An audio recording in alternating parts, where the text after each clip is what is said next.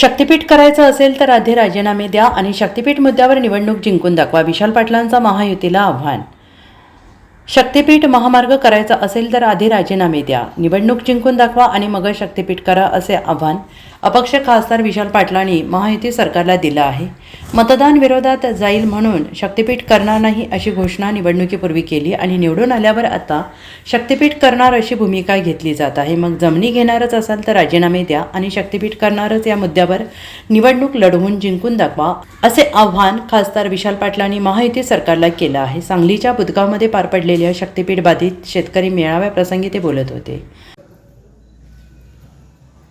ह्यांना असं का स्वप्न यावं की शेतकऱ्यांच्या जमिनीवर आपण हायवे काढायचा, त्यांची जमीन फुकटात यायची आणि 4 लोकांना दाखवायचा, बघा मी किती मोठा रस्ता केला. आणि हा रस्ता करत असताना किती लोकांचं रक्त तुम्ही सांगताय हे तुमच्या स्वप्नात आलं नव्हतं.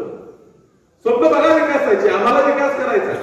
मी आधी सांगतो आणि थोडं माझं वैयक्तिक मत, देशमुख साहेब मी तुमच्याशी बोललोय, कदाचित तुमच्या सेवकांचं सगळ्यांच्या मताने थोडं वेगळं असेल. माझं म्हणणं आहे की तुमची इच्छा असली तुमची जमिनी द्यायची तर मी तुमच्या बरोबर उभं आहे. पण मी तुमच्यात फिरलोय, मी तुमच्याशी बोललोय. ज्या 19 गावांमध्ये शेतपाड्यापासून सांगलीवाडीपर्यंत ज्या गावातल्या शेतकऱ्यांची जमिनी जाणार आहे त्या सगळ्यांचा आता तरी मोठा विरोध या प्रकल्पात होत असताना रेटून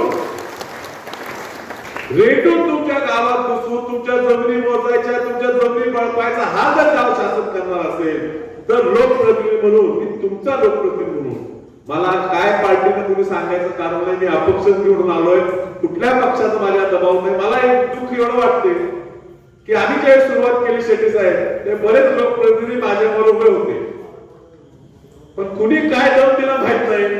निम्मे लोकप्रतिनिधी आमच्या जिल्ह्यात निम्मे म्हणजे सगळे गायब झाले आणि मला एकटाच राहिलो. पण मला सांगावं लागतं विकासाला विरोध नाही तर ते वातावरण करतात. एवढा मोठा हायवे होणार आहे, शेतकऱ्यांना विरोध काय करावा?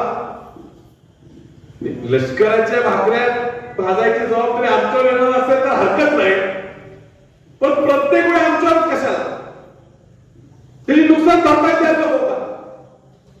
पण आमची जमीन घ्यायची आणि बाबा तू देणार काय हे सांगायला नको का? आता त्या पुराचं तुम्ही जो वडनेर समितीचा अहवाल, आम्ही सरकारवर म्हणतो वडनेर समितीचा अहवाल चुकीचा आहे आपण म्हणतो आणि मोठी जबाबदार आहे, ते लिहिलं नाही. पण ते नेमकं काय लिहिलंय वडनेर समितीनं? वडनेर समिती लिहिलं की पुराला जबाबदार नदीवर नदी शेजारी केलेले रस्ते आणि पूल आहे. मग तुम्ही ह्याच नदीवर ह्याच नदीकाठच्या परिसरात मोठे मोठे रस्ते नियोजित करायला लागलाय. म्हणजे आता सांगतात तसं निम्मी जाणार रस्त्यात, बाकी जाणार पाण्यात. म्हणजे आता सगळ्यांनी आता हिंदू कुठे नदीकाठ सोडून हा परिसर सोडून आता आपण दुसरीकडे राहायला गेलं पाहिजे. विकास एवढा मोठा होतोय, या विकास एवढा मोठा होतोय सगळ्यांनी आता कुठे पुण्याला राहायला जावा असं कदाचित आपल्याला हे सरकार, हे मुख्यमंत्री त्यांचं मंत्रिमंडळ सांगायचा प्रयत्न. पण तुमचं मत आहे की जनतेचा तुम्हाला पाठिंबा आहे तर निवडणुकीच्या तोंडावर मतदान तुमच्या विरोधात जाईल ह्या भीतीनं आम्ही शक्तीपीठ पार करणार नाही असं का घोषित केलं?